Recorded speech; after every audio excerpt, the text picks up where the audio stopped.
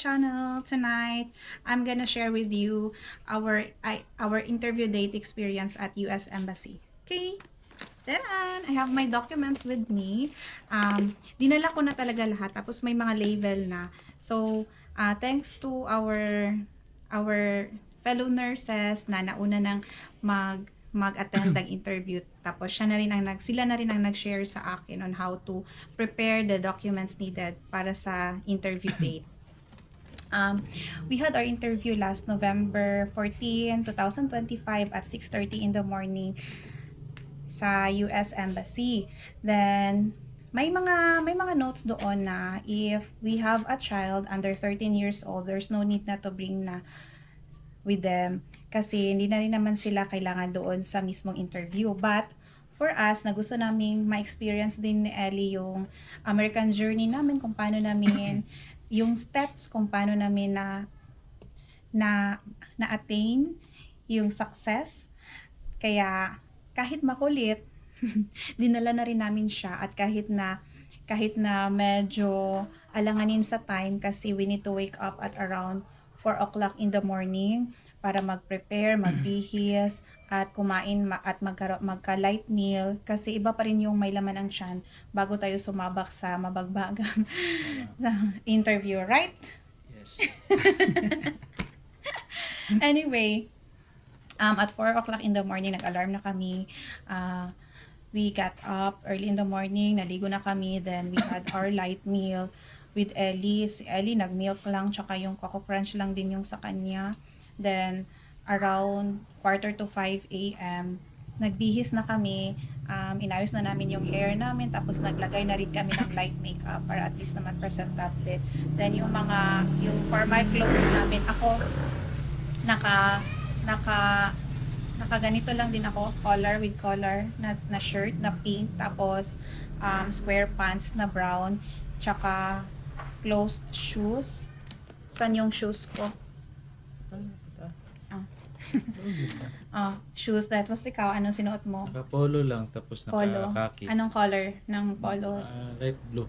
Light blue, tapos khaki na pants. Khaki pants. Tapos Then, yung shoes mo? yung rubber shoes. Rubber shoes. Okay. Rubber shoes lang din. Same with Ellie. Sa Ellie, naka-dress lang din sa Ellie na may manggas na ganito. Then may collar na dress, color pink. Tapos yung outer niya is yung parang yung sa Korean style. Ganun. So, around 5:30 in the morning, tapos na kami lahat. Then, bawal sa US Embassy magdala ng any gadgets, smartphones, a large sum of money, smartwatch pala, bawal. So, we decided to book a Grab at 5:30 in the morning. Tapos, pagka-book, kumuha lang kami ng exact amount para pambayad at saka yung additional tip na rin dun sa driver. That's when the time na nag-pick na. Pick ba ang term nun? Sa driver? Pick up. Nag-pick up na siya sa Iniwan natin cellphone iniwan namin ang phone. sa room After nag-book ng Grab, tapos nag-confirm na yung driver sa amin. kami sa lobby. Bumaba na kami sa hotel, sa lobby. Then, nagdala lang kami ng exact amount, tsaka yung pang tip sa driver. Then, 5:45 in the morning, andun na yung car. Hintay na sa amin sa labas. Medyo madilim pa. Malapit lang din naman kasi Yeah. sa Rosas Garden lang kami Sa Rosas Garden Hotel kami nag-check-in. Malapit lang din sa US Embassy, pero kailangan naming sumakay ng car. hindi, kasi, sa Paragon pala. sa Paragon, no. Sa Paragon. Rosas Garden Hotel pala kami during our medical exam. Then, a week Malapit lang later, din naman. sa Paragon 100 Hotel pesos na kami. yung Grab. Yeah, 100 pesos yung binayad natin, no? Oo. At 5:45 in the morning, bumaba na kami ng hotel. Medyo madilim pa. Diba? Madilim pa ang 5:45 in the morning sa Manila. Ayun. Bas na kami. Pagdating namin doon, sa US Embassy mismo, ang US Embassy may overpass doon. Doon medyo sa may gilid, may 3 linya na nakapila. Ellie, What happened to you? pulling? Because you are apply. Hala, Ellie! nag-apply ka. Grabe yung makeup ni mo. Sige na pala yun. I-cut na ako to. Okay. Pagbaba namin sa car, may notice namin na may tatlong nakapila na doon. Tapos nagtanong-tanong ako. May sumalubong kasi sa amin na mga babae doon. Nagtanong sa amin, "Ma'am, saan kayo? For nurses?" "Yes, ma'am, for EB3." So, doon kami ginaid ng isang ale doon sa EB3. Napansin namin na yung second and first line, yung second line is yung mga fiancé visa, tapos yung first line is yung mga family-based category na mga visa applicants. So, doon kami. Sa tapat kami ng Yung Star tourist Apple. tourist May tourist applicants din doon pero hindi ko na ma-identify medyo. Sa may tapat kami ng Star Apple nakapila. Actually mga ika 30 na yata kami, including the dependents na nakapila. So 5:45 AM andun na kami. At around 6 AM nag-instruct na yung guard sa amin na, "Ma'am, mga moms, ayusin nyo na yung pila nyo kung saan kayo na category kasi in a minute, magdahan-dahan na tayo mag-proceed sa next line na naman." So, mag-share ko lang din pala, magdala kayo ng iisang ballpen together with your dependents para kung may need i-fill out ng mga forms, mas madali kasi may mga ali doon sa kabila na nag-o-offer ng pen na tag 20 pesos. Tsaka, wag din kayong it's okay, basta dili na siya kuan halang. Tsaka wag din kayong sige. Tsaka wag din kayong magpadala sa offer nila na may chair sa gilid kasi yung chair is may bayad din yun na 20 pesos. 20 pesos or 30 pesos yun. So, ayun na. Hi guys. So, ayun na. Pinag-proceed na kami. Good morning, guys. Good morning guys. Good It's good morning, evening. It's night. Pinag-proceed na kami sa next line. Doon naman sa next line, nagsabi na yung staff in English, tsaka may accent din kaya ayun, feel mo na talaga yung nasa US ka na environment kasi kahit yung staff na nag-check ng mga documents namin is naka-English tapos may accent pa. Sinabi niya na, "Kindly prepare your documents, your P4 letter and your DS-260 confirmation page together with the dependents," kasi tig-iisa kami noon. Kaya ayun sa ano ba naman ito, sa bigat nito, pero mas madali lang siyang makita kasi naka-label na siya kung saang section ko bunutin yung documents na needed para makapasok doon. So present ko na yung P4 letter sa kanya kasi P4 letter lang din yung hiningi niya. After nun ma-present, pumasok na kami sa mismong building mismo, dun sa my door. Sa my door pa lang, may mga security guards na agad na naka-assign doon para i-welcome kami at i-guide kami kung saang steps na naman kami. Doon may scanner na mga gamit namin. Sa pag-scan pa lang, sa pag-scan ng documents namin, iniwan namin yung documents, tapos nag-proceed na kami doon sa scanner ng human, parang door. Oo. Nagtanong sa akin yung guard na na-assign sa pag-scan ng mga gamit documents namin ito. Sabi niya, kasi tumunog. So lumingon ako, nag-worry ako, ano kaya nakita niya? Baka ipaiwan sa akin sa labas. Wala pa naman akong dalang cash kasi pag mag-iwan ka ng mga gamit sa labas, may bayad siya na 200 pesos. Wala pa naman akong dalang cash. Sabi niya nga, "Ma'am, may grocery kang dala?" Sabi ko, "Oo sir, may grocery ako." "Yes sir, may grocery." So, thank God. Naging considerate naman siya. So sinabi lang niya, okay. So, after nun, kinuha ko na tong documents.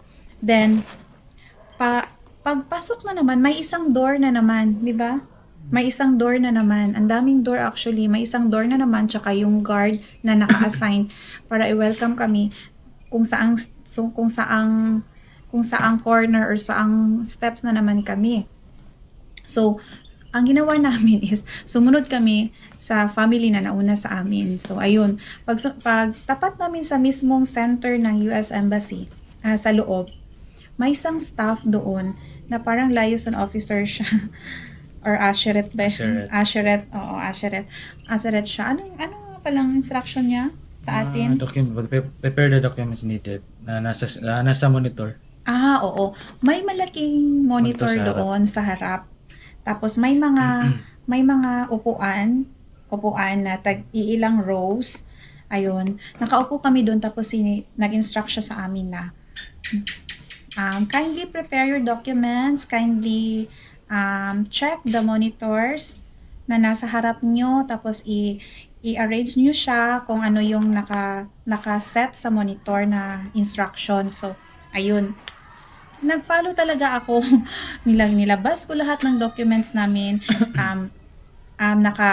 Naka-separate yung sa akin as applicants, tapos kay Crio sa husband ko, tapos kay Ellie din sa daughter namin as my dependent. So, naka-separate na siya.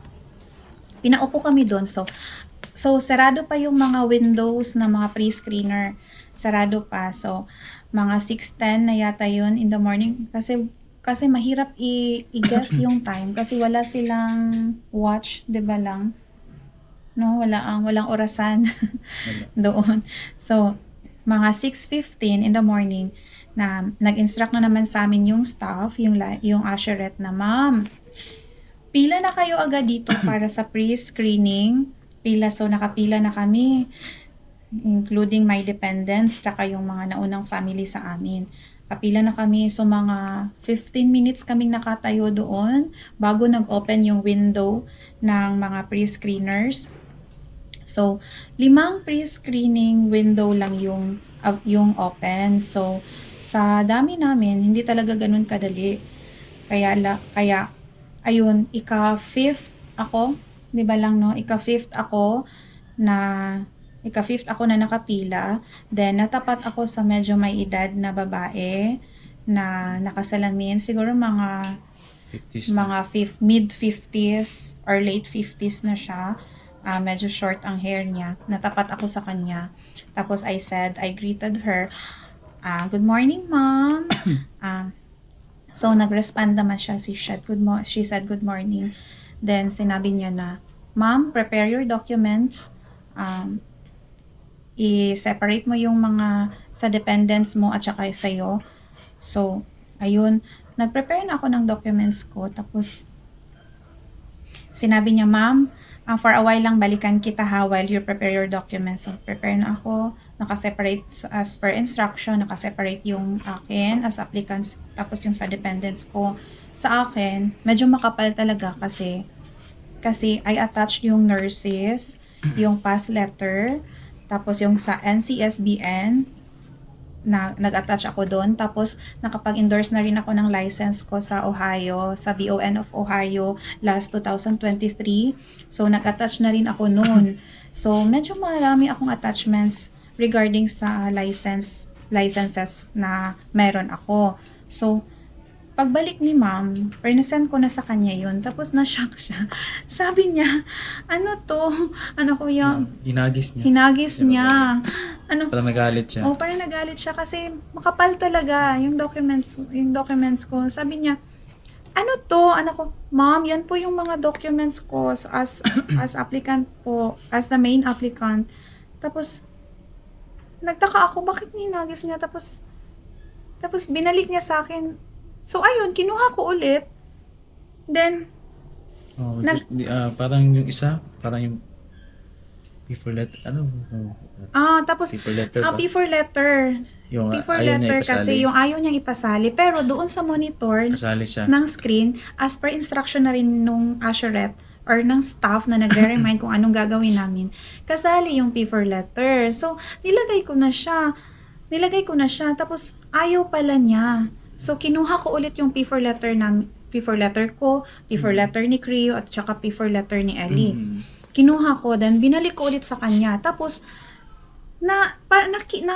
nakita ko talaga sa facial expression niya na parang nagtaka siya kasi ang kapal talaga ng documents ko as the main applicant. Kaya ayun, inisa-isa niya.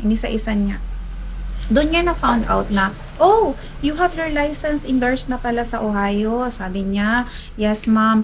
And nag-attach din ako ng certificate aside sa nurses. Kaya ayun, medyo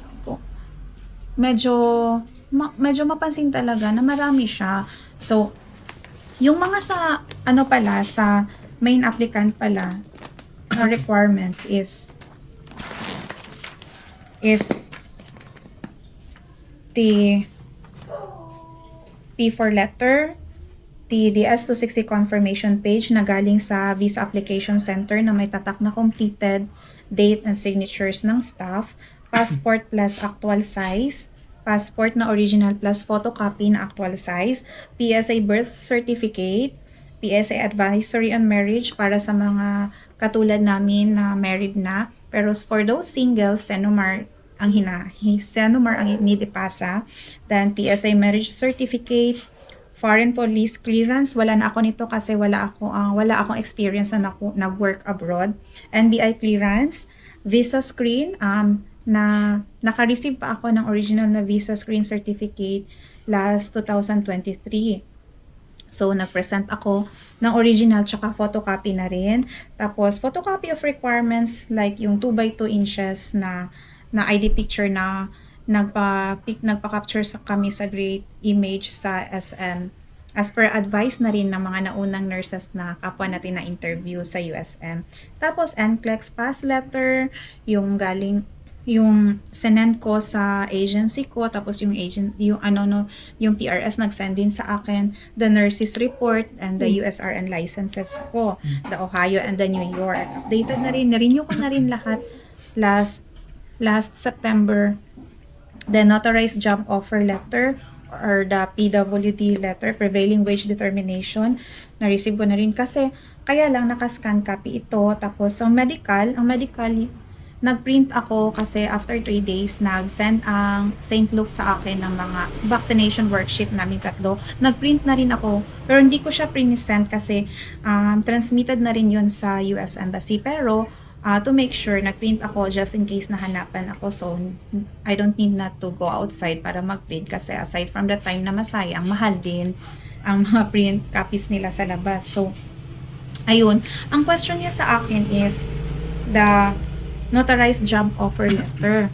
Sabi niya, bakit scan copy ang pinasa mo? Yung talaga, tapos yung expression na hindi siya nakangiti, parang principal natin sa grade school ang dating niya. So, ayun, kinabahan na naman ako. Ma'am, wala akong maisip na isagot, kundi sinabi ko sa kanya, di ba, ma'am, scan copy lang din ang binigay ng PRS sa akin. So, nakaka-indicate naman doon sa job offer letter ko na kindly accept it kasi hindi naman kailangan na original talaga yung isend dalhin ng applicant upon their interview. Tsaka yung mga naunang na-interview na rin sa amin, okay lang din naman na scan copy ang i-present. So, nagtaka ako sa kanya na bakit tinanong niya at nagtaka rin siya na bakit scan copy ang binigay sa akin. Anyway pala, na-receive ko yung job offer letter ko November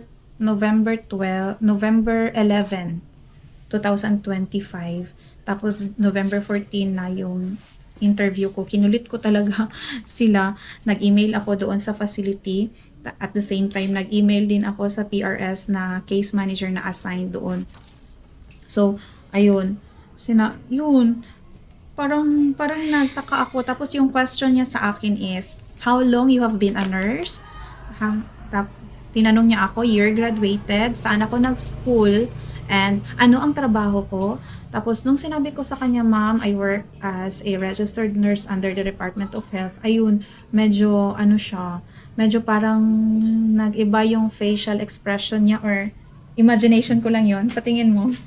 Parang kumalma lang. Parang kumalma lang siya. Ganon. Wow, you're so pretty. Look at the camera, Ellie. Hi, this is Ellie. She's wearing her glasses. Alright. Then, parang kumalma siya. So, No. Parang kumalma siya. Then, ayun, tanong din niya sa akin nga, how did you found out about your employer? Sinabi ko sa kanya na I was referred to a friend of mine who is also a USRN to send my application in this agency, which is the direct hire agency.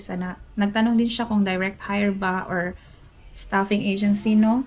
So I told her na I am under a direct hire agency, and the agency referred me to the facility which is the Foxtrot Manor located in the state of Ohio. So, yun ang tinanong, yun ang sinagot ko direkta sa kanya. Kasi, according dun sa mga naunang interview na ng mga fellow nurses natin, straight lang talaga yung sagot sa kanila. Ayaw nila yung maraming paligoy-ligoy. Naiinis sila doon. Pero, doon naman sa present ko na documents, wala namang paligoy-ligoy doon. P4 letter lang naman ang na-add doon, based na rin doon sa monitor. Sanabi niya, ano yan? Ayun. So, yun lang ang tanong niya sa akin. How about sa'yo? Tinanong niya na kung nurse ako. Pag nakita kasi niya sa akin. Nurse ka rin ba, sir? So, yes. Yung tiningnan na yung Mga documents mo? Ano yun? Tinanong niya sa akin kung naka-NCLEX na rin ako. Sabi ko, oo. Anyway, nag-present na rin ako ng nurses license ni Creo, yung renewed na. So, sinabi niya, parang kumalma na naman siya. Naging motherly na naman yung approach niya sa amin. Anong sabi niya nga ulit? Nurse ka pa rin ba? Ka rin, sir? Ka-NCLEX ka na ba? Yes ma'am. Yan lang. Oh. Tapos sinabi niya na mabuti yun para may katuwang ka, tama. para may katuwang ka doon. Para mas maganda Mas maganda yung buhay niyo. Sabi niya, parang naging motherly agad siya. Sinabi ko, angels have fallen during that time talaga. Grabe talaga. Then, aside from that, may additional tanong pa siya sa'yo. Birthday yata? Birthday. Date of marriage. Date of marriage. Date of marriage lang. Parang confirmation lang ba kung Siya ba talaga? Oo. Siya ba talaga yung asawa ko na dinala ko doon during that interview? Tinanong lang yung date of marriage, tapos birthday. Oo. Kasi nga, during that time na nagtanong si pre-screener sa kanya, kay Creo, hawak niya yung birth certificate ni Creo. Parang verification lang. Kung alam niya ba talaga at walang second thoughts yung pagsagot niya, kung confident ba parang talaga. means of verification to Ayun. Then, sa akin, tinanong niya rin pala, hawak niya yung birth certificate ko. During that time, medyo kinabahan ako kasi yung birth certificate ko is medyo blurred. Pero okay lang, wala namang problema so far. Thank God, sinabi niya. Your mother's name is Emilia Saberon Imbodo. Then, your father's name is Mamerto Marzon. Ayun, sabi niya. So, yes ma'am. Yun lang yung sabi ko while nakangiti. Although, feeling ko talaga visible talaga sa kanya yung facial expression ko na medyo kinakabahan. Kasi nga, yun talaga ang bungad niya sa akin. Ganun. Sino ba naman di kabahan dun? Then, mapapansin mo naman kasi magkatabi lang yung pre-screening window. Sa kabilang pre-screening window, yung medyo mas bata na pre-screener, sinabi na doon na marinig natin, 'di ba, na okay lang yung tanong sa kanya. Although malakas talaga ang boses ng pre-screener, marinig namin, magkarinigan kami. So, advice na rin na pag during the pre-screening questions, interview, lakasan talaga yung boses. Kaya ayun, linakasan ko talaga yung boses ko para klaro talaga sa kanya. Then, sinabi niya nga na itong DS260 mo, updated na ba to? Wala na bang need i-update? So, ayun, additional info na rin. If may mga details kayo na kailangan yung i-update sa DS260, better talaga na ipa-reopen nyo siya. So, what I did, nag-send ako ng email sa NVC, sa National Visa Center, nag-send din ako ng email sa US Embassy, para dalawa silang sinendan ko actually para sure ball talaga na ma-reopen yung DS260 ko kasi I need to update the mailing address ng green card namin. So, yun lang. And then yung, ano pa ba ang kailangan natin i-update dun? Mailing address lang, di ba? Address, kung yun lang. Oo, yun lang. Mailing address. Yung mga social media at Then yung social media account. kung na-delete yung Kung may mga na-delete or may mga added na social media. Kasi we had our DS260 we had our DS260 last April 2023 pa. Last October 14, I emailed the NBC as well as the US Embassy sa Manila to request to reopen my DS260, and it was reopened last November. No. Bantay kas ko No. October 25 na reopen siya. So, October 14, then October 25 siya reopen. Yan lang. So, after nun, nag-edit na ako ng DS260, then I submitted it after I updated all the necessary details sa akin. Para wala na talagang time na masayang upon our interview kasi depende rin kasi daw sa pre-screener according doon sa mga nauna ng mga nurses na na-interview. May ibang pre-screener na pinalabas sila. The pre-screener will just give them just an hour to fix and edit the DS260. Pag hindi nakabalik after an hour, so, automatic na makancel ang interview, then reschedule to another date na available. So, yun ang kinatatakutan ko. So, I might as well, para na rin po sa inyo, para maging kampante kayo during your interview na ipa-reopen nyo naman. But, doon sa iba na nakasabayan ko during the ID, may nag-share din na yung mabait, natapat sila sa mabait na pre-screener. Ang pre-screener na mismo ang nag-edit sa mga details niya. Ang daming pina-edit, so walang problema. Very accommodating yung pre-screener na natapat sa kanya. Tapos siya na lahat, hindi na siya pinalabas, doon na in-edit. So thank sa kanya. Then after nun, sa amin, hindi na hinanap during sa pre-screening interview, hindi na hinanap si Ellie after kay Creo as my dependent na interview. So sinabi niya, sige, itong visa screen certificate, I will forward it to the consul and sa consul mo na to, ang consul na magbigay ulit sa'yo, magbalik nito sa'yo. So I said, thank you ma'am, okay ma'am, this is noted. So balik na kami doon sa bench, naghintay kami for about, ilang minutes ba tayo naghintay? Mga 20 minutes no bago tayo tawagin ng consul. So anyway, maraming parang 1, 2, 3, then sa kabila limang windows ang open para sa consul na interview. So yun na yung pinaka final talaga. So sobra 5 ba ang open?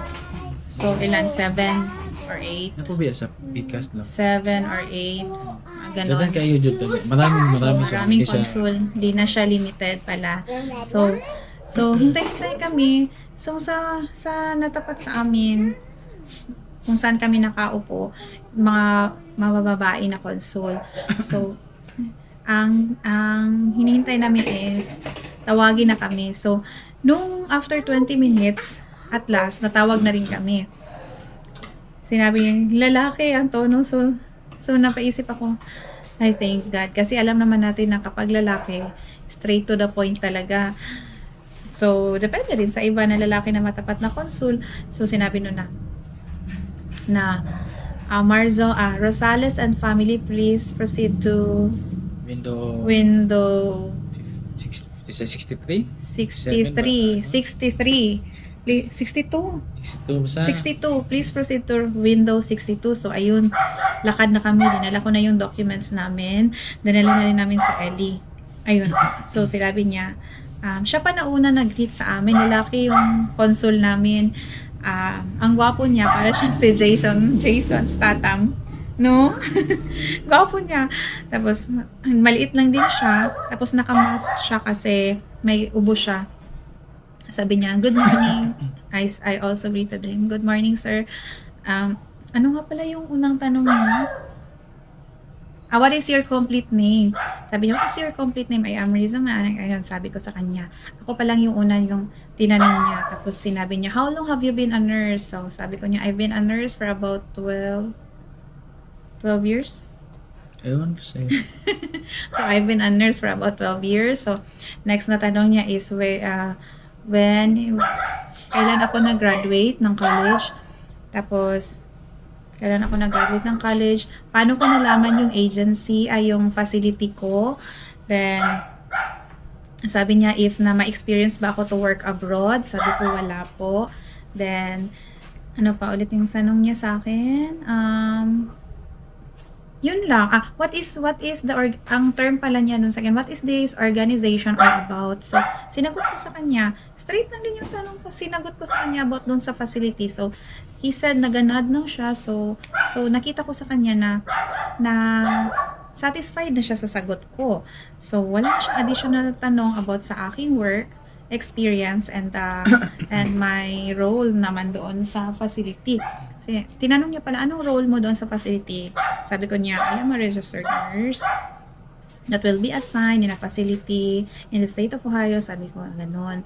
So, wala na, ganun lang din sa kanya. Then, how much is your rate per hour? Yun ang mga tanong niya. So additional points na rin. Tingnan niyo po yung job offer letter kasi yun ang pinaka-latest na isend ng facility sa inyo. Nandun yung hourly rate, yung monthly, tsaka yung annual rate. Nandun na rin yung lahat. Tapos, naka-indicate na rin yung prevailing wage determination natin doon sa job offer letter. So, after yung tanong ko, si Crio na naman. Anong tinanong sa'yo? Kalimutan ko na. Kalimutan ko na. Hindi ko na ma-remember. So, ayun na. Ellie. Ako lang. Diri ka mo. Tanaw ka din hikay. Magkuan man ta. Kalimutan mo. Bye-bye, guys. No, not yet, Baway. We're not yet done. Tinanong Hi, pala and sa inyo anong name mo, tapos date of marriage, then anong trabaho mo? No, di ba tanong din. Then after ng kanyang mga personal details, tinawag na Nag-work ba? pinalapit na pala kami sa lahat. Ay, no, before pala kami na-interview ng consul, pinag-oath kami dalawa, di ba? Yun ang pinaka-first. Sorry guys, kasi it's been 2 months na talaga since that interview. Pinag-oath kami na lahat ng sasabihin namin ay totoo. So, ayun. After ng personal details na tinanong sa amin ni Consul, pinalapit kami masyado sa window para isahang tanong lang din kami. So, tanong niya sa amin, nag-instruct siya nga tanungin ko na kayo ng isahang tanong ha para mas madali. Yun ang sabi niya. In English. In English. In English ha. Hindi ko na masyado ma-translate into English. Ayun, sabi niya, have you worked in the military? We said no. My criminal records ba? Or do you work abroad? Ano pa ba? Basta yung mga common lang na question. Yung mga Screening. common screening lang talaga ng mga tanong about sa laws, criminal records, working abroad, nag-serve ba sa military? We said no, lahat so far.